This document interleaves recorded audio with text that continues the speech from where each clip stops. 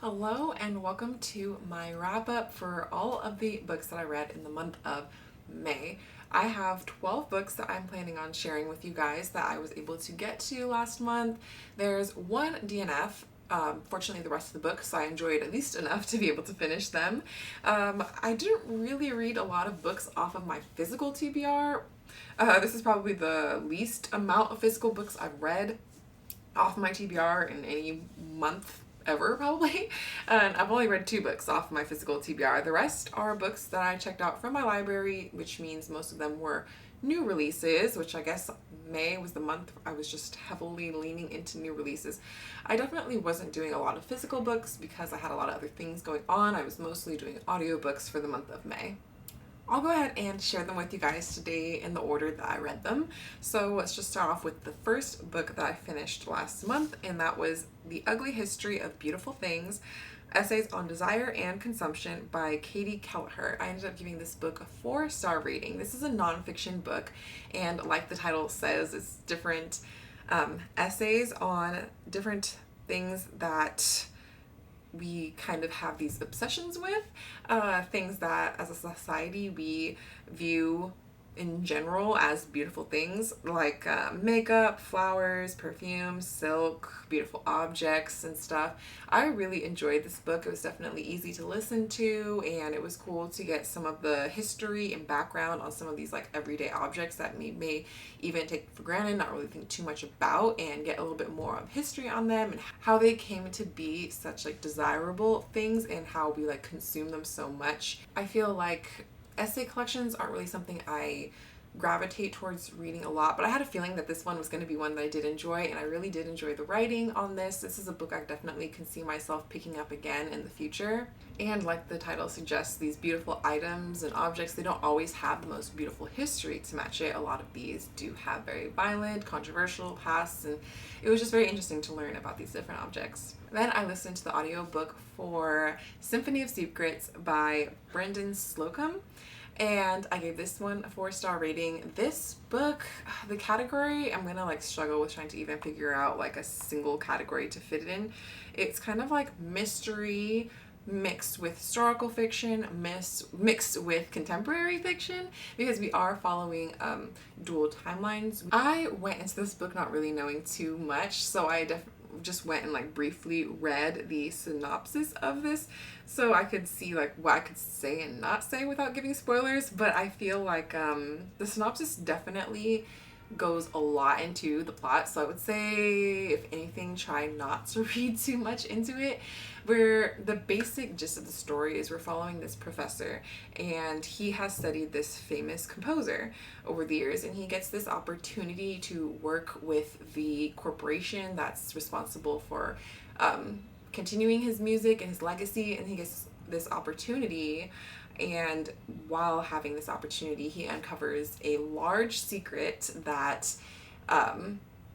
could definitely change the history behind this composer, this whole company. It will affect a lot of things. It's a very big secret that not a lot of people would want known. The name of the composer in this novel is Frederick Delaney. So we also get to go back in time in the other storyline, following a woman named Josephine Reed and her relationship with Frederick Delaney, what that meant. Like I said, I'm trying to tiptoe around and not give you guys too many spoilers and stuff, but I really did enjoy this book. The writing was great. I feel like the pacing was good because we were constantly wanting to figure out like what's next, what's the secret. Like there's always something that kept you wanting to keep going with this book. And I haven't read anything by this author before, but he has released another book called The Violin Conspiracy that I had my eyes on. I think that one was released last year, and after reading this book I definitely want to pick that one up. I feel like if you are into books that kind of have touch on the topic of music as well, this is something that you would really like, because at the center of the story is very music, like this the story is very music centered as well. So I really enjoyed that. I really enjoyed this book. I would recommend it to you guys. And like I said, the Violin Conspiracy is definitely going to be a prioritized read for me to get to hopefully in the next few months. Then I listened to the audiobook for The Last Word by Taylor Adams, and I ended up giving this one a 3-star rating. I read No Exit when that book came out a few years ago, and with that book, like, I could not put it down. I had to figure out, like, that book was just a great thriller to me. Like, it kept my attention, and I was interested in the whole time what was going to happen. This book was good. It's just, I don't feel like it's going to be super memorable. Even now, I know I'm going to struggle a little bit recalling specific, like, plot details and stuff. But the main premise of this story is we're following a woman who is living in this cabin on her own. She's read this book, and she decides she's going to go leave a book review on it because it was a terrible book. And the author ends up contacting her and is, like, wanting her to take this review down. And it just really gets very intense and crazy from there.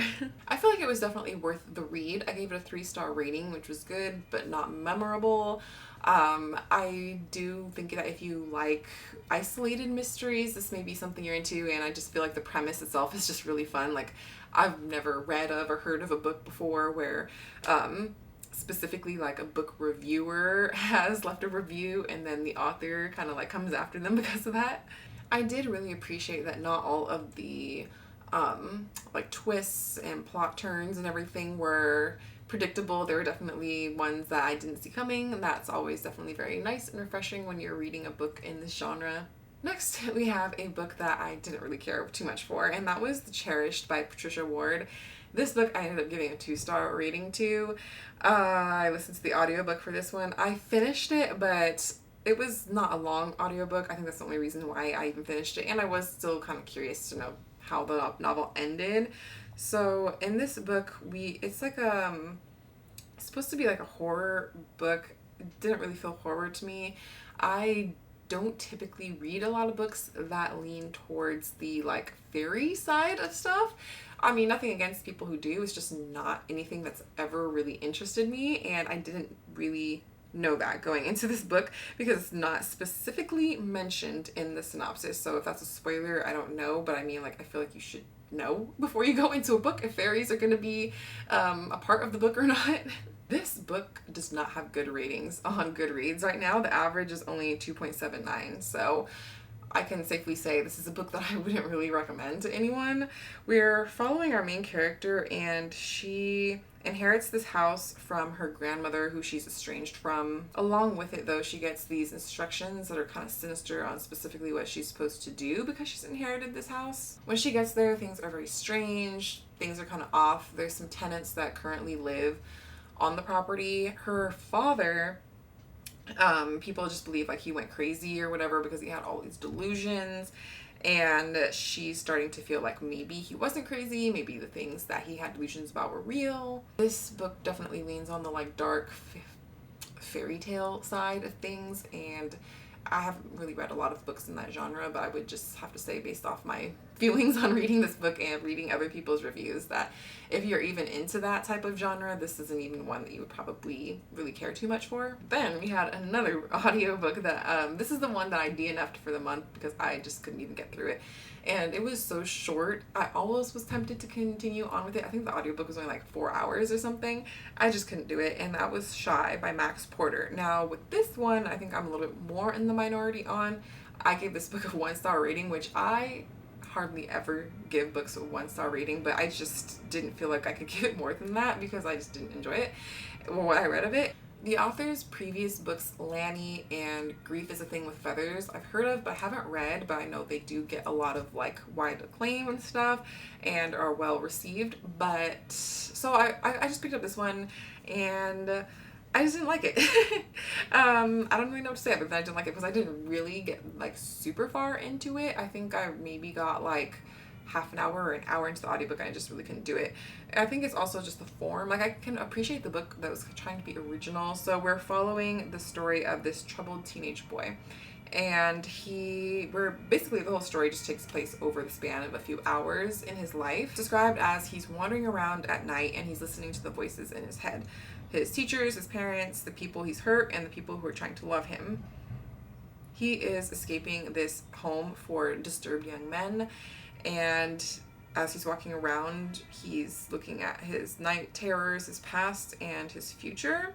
Maybe this is just the case that the book works better reading it physically than as an audiobook. Maybe if I physically read it, the way it was formatted maybe would have made it more of an enjoyable read for me, but just I couldn't really push myself through it. The writing style itself just didn't work for me, so I put it down. Then I listened to the audiobook for Clyde Nestra by Costanza Casati. This is actually the debut novel by this author, and I really did enjoy this one, which is a good turnaround after the last two that I listened to that I didn't really care too much for. I ended up giving this book a 4-star rating. I think even on reread, maybe I could even bump that up a little bit higher for my rating. I really enjoyed this book. I read a couple of different books last month that fall into the historical fiction Greek myth retellings category, and I really did enjoy this one. I enjoyed this one, I think, the most of the two that I read last month. I really love, like, for author's debut novel, I feel like this book was just so well written. And we're following the story of Clyde Nestra, which I wasn't really familiar with her at all. I'm not super familiar with Greek mythology, but slowly I'm starting to kind of get into reading more books in that genre and on the topic. This book definitely did not read like a debut novel, in my opinion. The characters just felt so real, even though this is kind of more of a strict like retelling of the story following the original myth, which I don't really know. I can't comment on how accurately it follows along with the original myth and what things may have changed, just because I'm not super familiar with the back history on it. And even with talking about the story specifically, Clyde Nestra, I don't even know what I should say that's like would be spoilers or wouldn't be. But we are following her. She is the daughter of a Spartan king and the wife of Agamemnon. Like I said, I just don't really want to say too much in case you guys are like me and aren't super familiar with Greek mythology. I like going into these kinds of books without knowing too much about the past, even though I know like it could be easy to have spoilers, because I mean these are stories that have been around for thousands of years. I will choose not to spoil it for you guys. I will say that we really do get to know and understand and follow and care for our main character, Clyde Nestra, so well, because we're also following her from a very young age through her whole life, and I just really enjoyed reading it. She read like such a real person to me. I would definitely recommend if you are into books in this genre. Then I listened to The Last Tale of the Flower Bride by Roshani Chokshi. I gave this one a 3-star rating. I was hoping to like it more than I did. Like, it wasn't a bad book, but the reason I read it was because actually I seen this really beautiful edition. I think I came across it on like Bookstagram or something, and I really wanted to buy it, but I only could get it like secondhand. It was gonna be expensive, so I was like, let me just read the book first before I spend a lot of money on a really expensive special edition, because if I don't like it, then I will have kind of wasted my money. So I'm glad that I did that, because I really don't feel like this is a book I would ever read again. I mean, sure, it would be a very beautiful edition. If I can remember to, I'll include a picture of it here because the sprayed edges are just so beautiful. But yeah, I'm just gonna pass and save my money on that. So this story is told in kind of like a fairy tale vibe way, and it's described as like a gothic novel. Maybe just like fairy tale-esque stories just aren't for me, or maybe I'm just picking up the wrong ones. I don't really know yet. In this book, we're following a guy who, I don't even think he's named actually, and he marries this mysterious woman. Her name is Indigo, and he is a scholar, she's an heiress.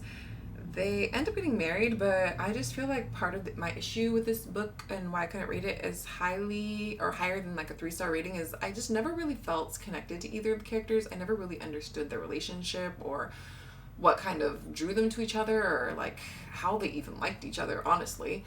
Like, I feel like we are very kept kind of like at a distance from them, and I don't know if that's meant to do like intentionally or what, but it just ended up meaning that I just never really cared what happened either way to either of them. He, when they get married, has to promise her that he won't ever pry into her past.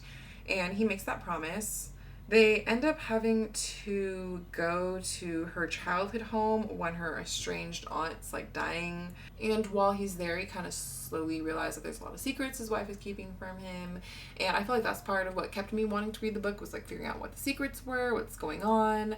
But all in all, I just feel like the payoff wasn't really great. Like with most 3-star books, like basically a 3-star book to me is a book that's good at the time as I'm reading it, good enough to entertain me, but probably I'm not going to remember or think about this book again in the future. And that's definitely how I feel with this one. I will say I did enjoy the writing style of the book, and I think I've actually read from this author before. I think I read like a short story of hers or something that was in a collection back in like 2018, A Thousand Beginnings and Endings. I don't even really remember though how I felt about their writing in that short story collection. Next, we finally have one of the books that I have a physical copy of, and that is Elektra by Jennifer Saint. This is the one I was mentioning that of the 2 historical Greek books that I read, I liked the other one better, I will say. This one actually is following Clyde Nestra, is one of the characters in this book, but we're also following 2 other characters. One of them, as the main title of Elektra is Elektra, her daughter, and the other one we were following was Cassandra, who is a princess in Troy, and it takes place kind of around the Trojan War time. I will say, if I had just read this book alone, I really wouldn't have appreciated Clyde Nestra as much as a character, because this book had like triple timelines or triple perspectives. We are following different characters, so we don't really get as invested, I feel like, in each one. I kind of just overall, I mean, I hate to compare because they're different authors, but I preferred Clytemnestra over Elektra. I do think Elektra was a good novel, but I think going into it, I kind of expected it more to be focused on Elektra, as the title would suggest, but she was just kind of one character among many that were in this book, so I kind of feel like the title is a little bit deceiving. Like, I feel like if a book is called a main character's name, that probably should be like the focus of the book, or like the main, like if, I feel like this book should have just been one perspective of Elektra. And I feel like that I probably would have liked it more. But I did give this book a 4-star rating, don't get me wrong, I still did enjoy it, and it was interesting to get perspectives from characters who in Clytemnestra we only really read about them through Clytemnestra's perspective. I definitely do want to pick up Ariadne by this author. I don't know if she's written any other ones. Oh yes, I forgot. Atalanta came out in May, and I'm still on my hold list at the library for that one, so I will be reading and picking up those other 2 books by her as well. But now I'm kind of interested, like, if those books, like, is Ariadne following just Ariadne, or is it like other perspectives as well? I don't know. I guess I'll find out when I pick those ones up. Also, what I wanted to mention about the writing is I feel like this novel, like, it was written in a very easy to listen to, easy to read, simplistic way. Like, to me, it kind of felt almost like it could have even been like a young adult novel, or kind of like a good bridge in between for someone who is looking to kind of jump from reading young adult novels into adult novels. Then I listened to the audiobook for Murder Your Employer, The McMaster's Guide to Homicide by Rupert Holmes. This is, I guess, like a mystery thriller. I don't even know exactly what kind of genre it would fit into of the 2. Book. I actually started this book I think like a month or 2 ago, and I wasn't able to finish it before the audiobook was returned back to my library. And at the time I was contemplating if I even really wanted to finish it or not. Like, I did want to know the ending, but I just wasn't super invested in this book, and I really wanted to enjoy it a lot more than I did. I think I still gave it like a 3-star rating, but you know, if I hadn't finished it, it wouldn't have been any big deal either. I do think that the concept of this book was very interesting, but I don't know why it just took me so long to get through this book, and I just never really felt compelled to keep picking it up. Like, I kind of had to like make myself, and so I feel like I listened to it on like so many different occasions just because I didn't really stick with it too long. The premise of this book is that there's this kind of like secret society assassin school, and we're following our main character who basically attempts to murder unsuccessfully his employer, and for reasons that could be justified, but he ends up, like I said, it was not successful, but he ends up being drafted into this school where people can learn to become assassins for specific, kind of like a specific reason, and they learn about different types of murder and stuff. And so we're not following just him, but there are two other students at the school that we're also following the stories of. I enjoyed it. I feel like, okay, so there's two different audiobook narrators, and I feel like I liked the voice of one of them more than the other, which I feel like also affected my enjoyment of the novel as well, because I felt like I couldn't listen to each of them at the same speed. Like one of them I felt like I needed to slow down so I could understand more, and just obviously I'm not gonna like be switching the speed on my audiobook constantly, so it was just, it is what it was. And so I'm sure there's probably parts of the book that I missed, but overall, I think that this book is definitely a book that would appeal to a lot of people. It has pretty good ratings on Goodreads, and this is a book that I definitely could see being adapted into like a movie or show or something, and I feel like I would probably enjoy consuming the story more that way visually, because I do feel like the story was still very interesting and had a very interesting concept and premise, and overall I feel like was like a solid 3-star rating for me, but I could see why a lot of people would really enjoy this one. Then the only other physical book that I finished off my shelves was The Color of Law, A Forgotten History of How Our Government Segregated America by Richard Rothstein. This is another book that for some reason just took me so long to read. I had been picking this one up off and on for a couple of months, and it wasn't even that long. I think it's only like 250 pages, but I ended up needing to use an audiobook just to kind of help me get through it. I think because the writing itself, while it's like so informational, you're going to learn so much in this book, it was just a little bit more on the dry side. So like I never really felt compelled to like keep picking it up or to read too much at one time. And I mean, there is a lot of information as well in the book, so it kind of makes it so you can't really just like speed read through this book. You want to be able to take your time.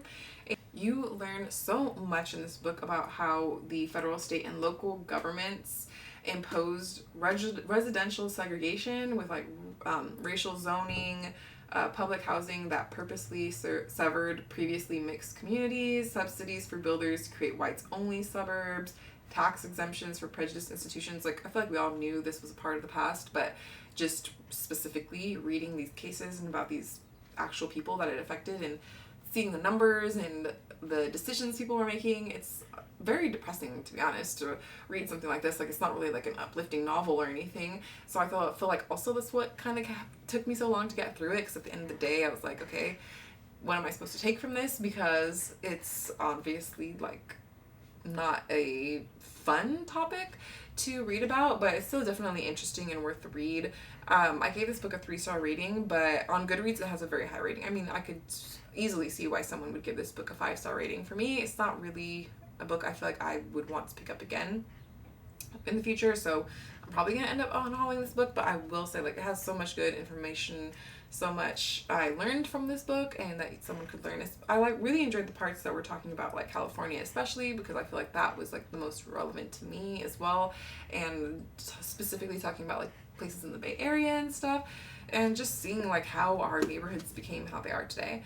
It's very interesting and not something that I feel like is really taught a lot in schools, so I definitely appreciate this book for being out there. Then I listened to another nonfiction book, and that was Soil, The Story of a Black Mother's Garden by Camille T. Dungy. I gave this book a 4-star rating. This book has very good ratings on Goodreads. It seems like the majority of people really enjoy this memoir, and that's kind of exactly what I would say what it is. If you're into memoirs, I feel like this is something that you would really enjoy. For me, I'm like on the fence. Sometimes I'm in the mood for them, sometimes I'm not. It really just depends on the topic. The author is recounting her 7-year odyssey to diversify her garden in the predominantly white community of Fort Collins, Colorado. We're following her telling the story of like when she moved there. This is a novel that really at its center is just about nature writing, and so I feel like if you're into nature writing and you're into memoirs or one or the other, this is a book that you would enjoy.